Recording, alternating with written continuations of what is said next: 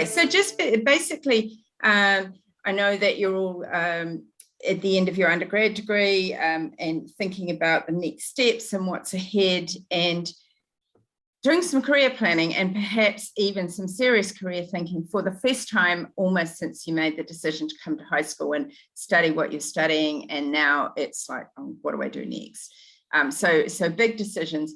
And when you're making big decisions like that, if we talk about an overview of the career planning process, it is about, first of all, understanding yourself, knowing what drives you, knowing what you're interested in, knowing of all of the skills that you have and you're good at, which ones are going to give you the most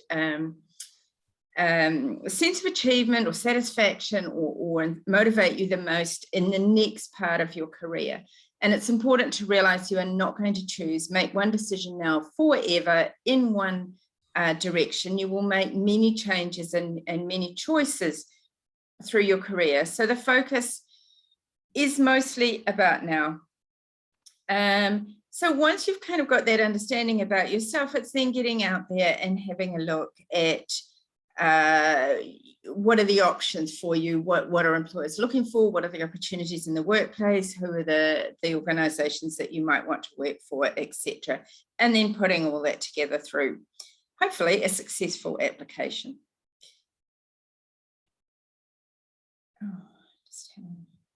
There we go. So one of the first things that you need to think about a little bit is, what's your why? If you know the work of Simon Sinek, he's really big on what's your why. What drives you? What's the change you want to make in the world? Thinking, are you passionate about food? Are you passionate about the biosciences? What is it? In what area of the world would you like to make a difference somehow? It's a really big part of figuring out which is the right direction for you. If you think of everybody who's in the same papers as you at the same stage, going to graduate with the same major, you're all driven by something different. So part of your next decision is very much having some clarity about what's driving you, what do you actually want to achieve in your next step. It's also about thinking, what kind of work are you interested in? And so this is a very brief summary, but from a science perspective, you might want something that's really very hands-on and very practical.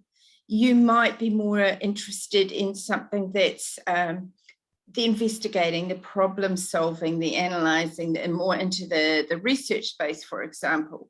You may be more interested in communication, a master's in science communication, writing in science, whatever it is that inspires you, but actually getting the messages out there somehow, or perhaps some kind of marketing role in with a science company or organization.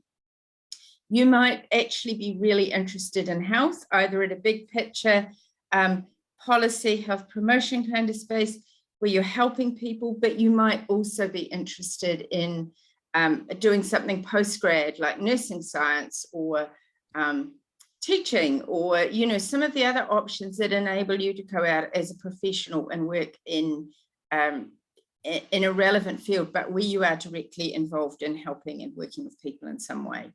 You might actually like the business space, so you might be really interested in influence and persuasion and sales and entrepreneurship and the business side of innovation and science, etc. That might be what drives you.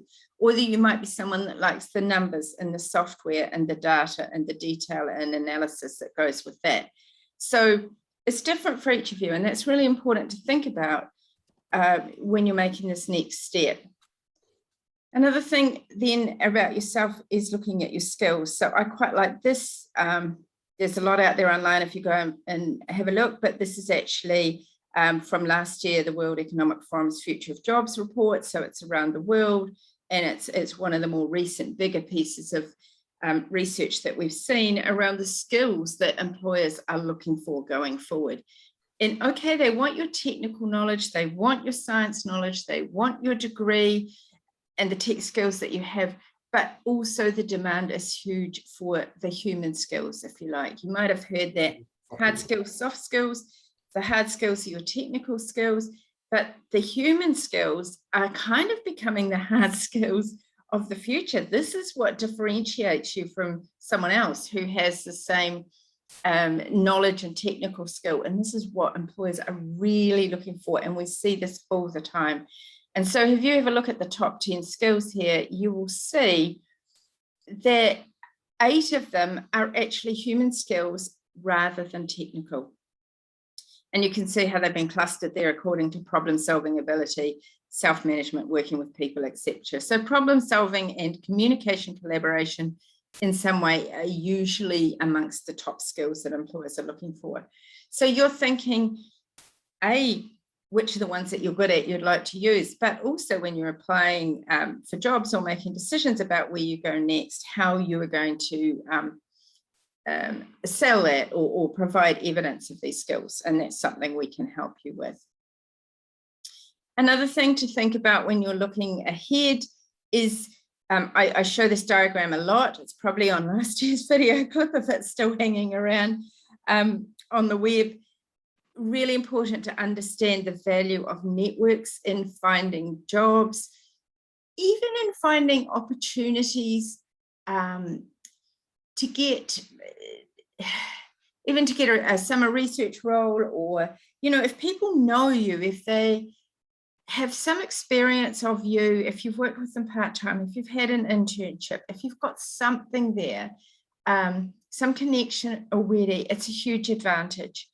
If an employer is looking for somebody and they haven't got someone like that, they will then be saying to their team, you know, who do you know in your networks that you've worked with or think will be good in our environment? And so employers prefer to work from the bottom up because it's less risk, less cost, less time for them in making that kind of hire. Whereas I think a lot of us, when we're looking for work, think we need to start at the top with the job boards and the advertisements, and we put a lot of effort into that. But actually, that's also the most competitive place to be. So if you can use your networks to get down closer to an employer, it will make a big difference, not necessarily just now or not just now, but this is across your whole career. And it's something you build on as you go forward. So I do LinkedIn webinars where we look at more networking and in depth and how you can get going with this.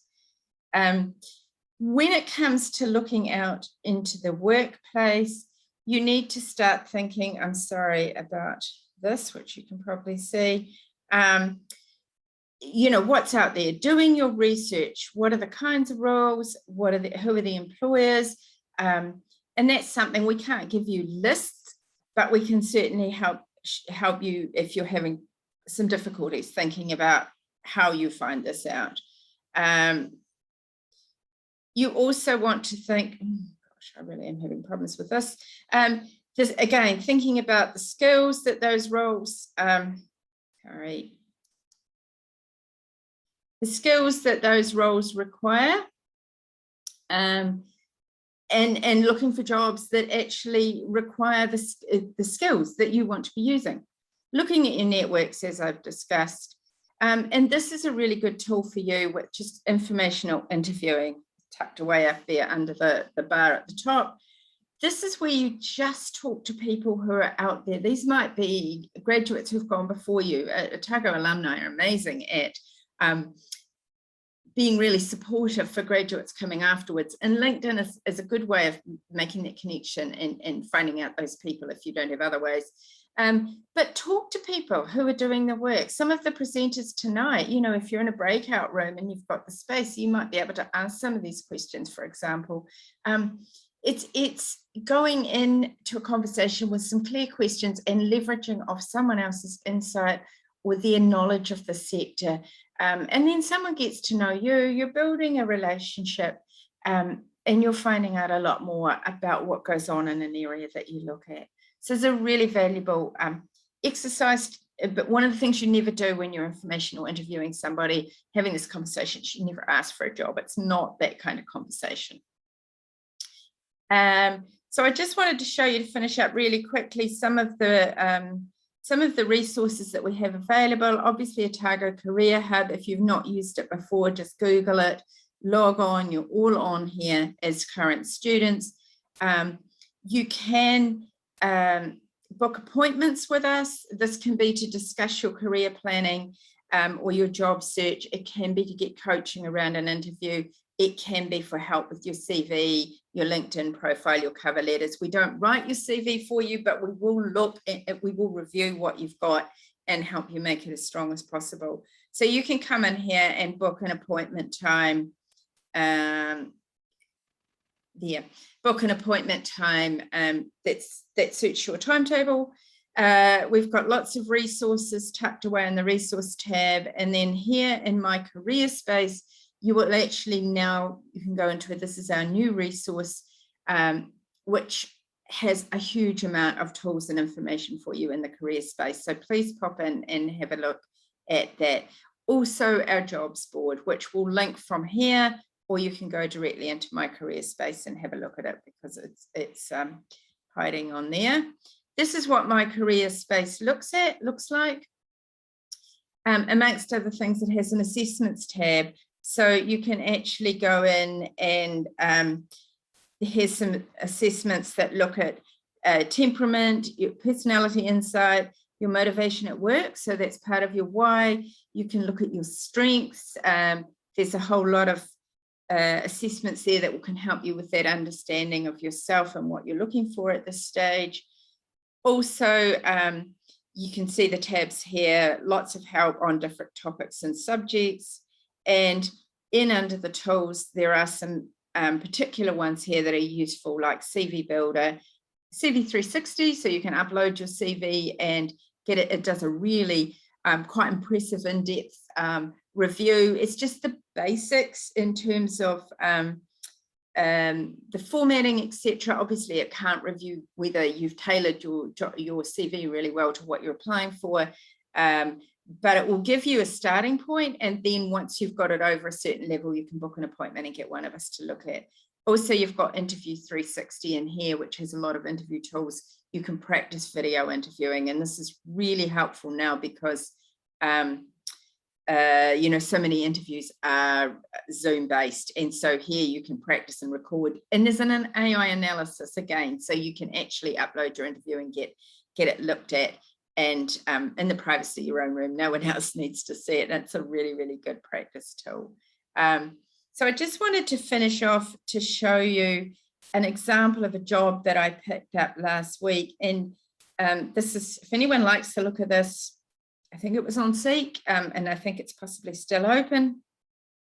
But look at what they're saying here. They're giving you some really clear examples. Obviously, they want someone with the right degree, but they're telling you down here at the bottom exactly what they're looking for.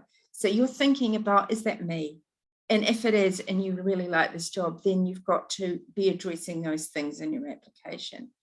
And to continue, you can see here where they talk about obviously your relevant degree, strong people skills, excellent time management, customer service. That could be from all kinds of things, nothing to do with your area of science or this job necessarily. So I just wanted to flick that up because I thought it was really good evidence of what employers are really looking for in jobs. And so that's really a bit of a speed overview of the career planning process and some of the resources that you can tap into and use on your own. And apart from that, as I said, you can come in and have those individual conversations with us. Use our resources. If you go into events, you can find our CV cover letter, interview skills, the job search webinars, etc., and book into them. So that's events on Career Hub. And we also run all the graduate employer expos and things that you've seen. If you're not sure about anything, you can contact me or just careers at Otago, and you'll get directed into the right place. So that's me, and I'll finish there, and just wish you all the best for the next few weeks, and come and see me in the breakout room if you've got questions about anything.